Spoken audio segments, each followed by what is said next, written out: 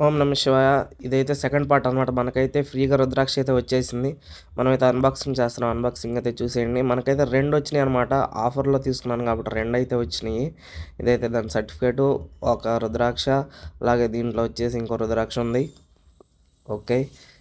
దీనికి కూడా థ్రెడ్ ఇచ్చారు. ఇంకో రుద్రాక్ష కూడా ఇచ్చారనమాట. మనం ఏదైతే సైడ్‌కి పెట్టేసి ఫస్ట్ మనం ఏం చేయాలంటే ఓన్లీ గాజు గానీ, లేకపోతే పింగాణీ గానీ, లేకపోతే మట్టి పాత్ర తీసుకొని దాంట్లో ఆవు పాలనమాట. కుదిరితే ఆవు పాలు పోసేసుకొని మన దగ్గర ఉన్న రుద్రాక్షలు మీ దగ్గర అంతకుముందు ఉన్నా కూడా ఈ ప్రాసెస్ అయితే చేస్తే మంచిదనమాట.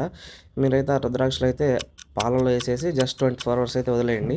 నెక్స్ట్ డే ఇలా అయిపోయిందనమాట. ఇదైతే క్లీన్ చేసేసుకోండి. క్లీన్ చేసేసుకున్న తర్వాత ఇలా నీట్గా క్లీన్ చేసేసుకొని మనం ఆవు నెయ్యి ఉంటుంది కదా, ఆవు నెయ్యి కుదిరితే మంచి క్వాలిటీది వేసుకోండి అనమాట.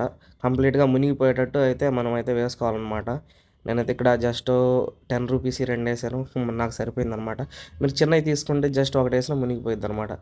నెక్స్ట్ వచ్చేసి మీరైతే ఇలాగే ఇంకో 24 అవర్స్ అయితే వీటినైతే వదిలేయన్నమాట. తర్వాత మనకిచ్చిన థ్రెడ్స్ తోటైతే మనం కంప్లీట్‌గా మాల చేసేసుకొని, వేసేసుకొని శివాలయానికి వెళ్ళి పంచాక్షర మంత్రం 108 టైమ్స్ చదువుకొని వేసుకోవడమే.